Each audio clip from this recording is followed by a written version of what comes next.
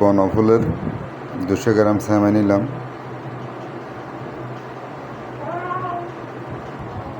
তারপর এটা একটা কড়াই করে হালকা করে ভেজে নিলাম।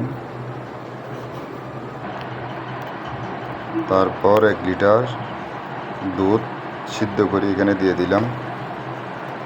2টা তেজপাতা দিলাম।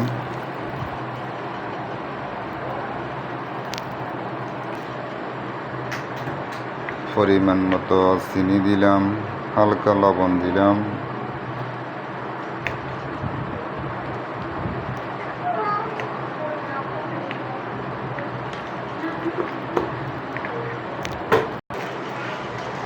দিয়ে দিলাম কিশমিশ। তারপর একটা বক্সে করে ফ্রিজে রেখে দেব, ঠান্ডা হওয়ার পর খাবো ইনশাআল্লাহ।